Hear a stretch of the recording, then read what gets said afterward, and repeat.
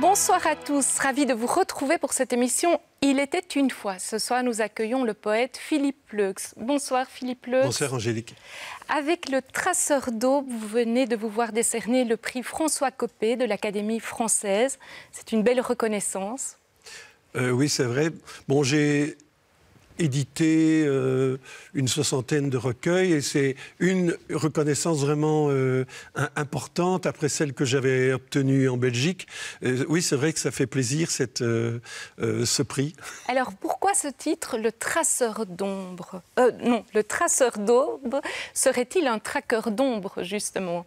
Oui, je crois qu'il y a le jeu entre l'aube, la lumière naissante et l'ombre.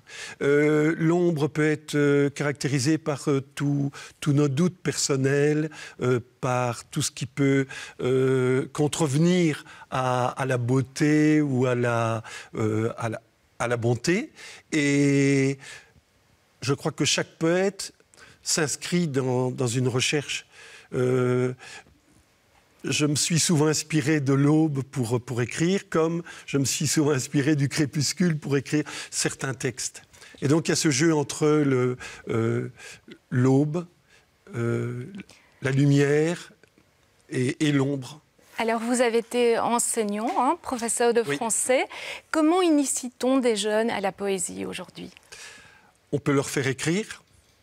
D'abord, c'est un travail d'imprégnation. Je crois qu'il faut leur donner le goût de la lecture dès le plus jeune âge et autour des textes en prose ou des textes poétiques.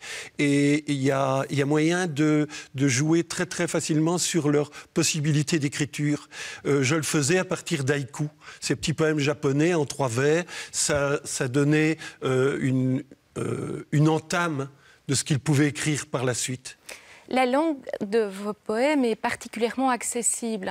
Vous êtes vraiment soucieux de ne pas avoir de mots trop compliqués. Non, c'est exceptionnel quand j'utilise des mots qui échappent au langage courant. Oui, c'est une volonté pour que tout le monde puisse rentrer facilement dans le poème. Parce qu'on a souvent une image un peu mallarméenne du poème, c'est-à-dire un poème qui joue sur des sonorités rares, sur des termes rares qu'on peut trouver facilement dans le dictionnaire, mais qui ne sont pas utilisés communément.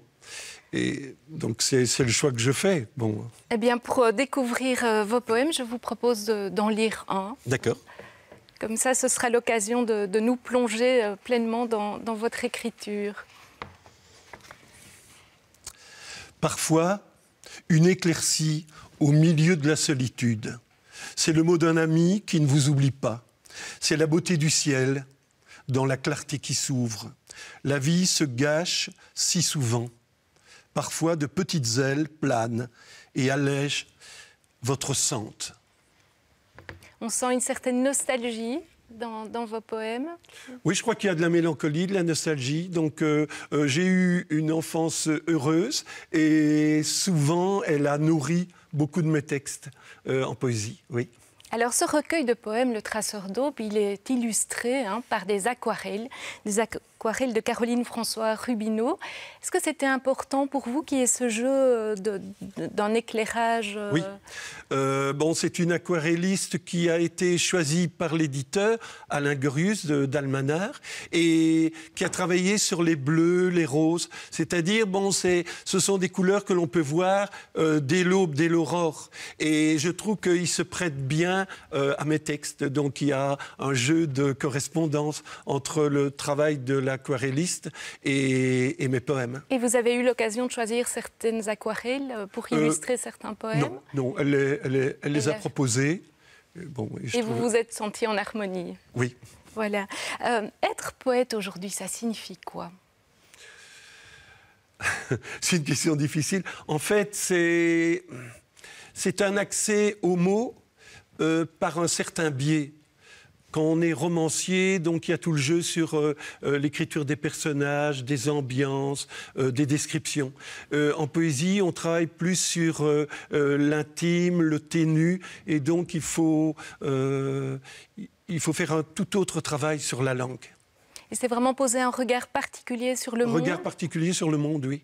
Le monde intime, parce que dans beaucoup de mes textes, ce sont des choses intimes que je livre à la lecture. Mes proches, mon épouse, mes petites filles, le monde dans lequel je vis, bon, qui est plein de beauté, mais aussi plein d'ombre. J'ai été terriblement marqué par le conflit en Ukraine, parce que c'était vraiment une déchirure, et j'en ai écrit plusieurs textes dans une revue, oui. Philippe Leux, pensez-vous nécessaire de rendre hommage au paysage, et je vous cite, oublier des cartes routières? Ça veut dire qu'il faut prendre les chemins de traverse? Il faut prendre, comme disait Cabrel, les chemins de traverse, oui. Pour découvrir ce qu'on ne voit pas des grandes routes. Et donc prendre un certain point de vue aussi.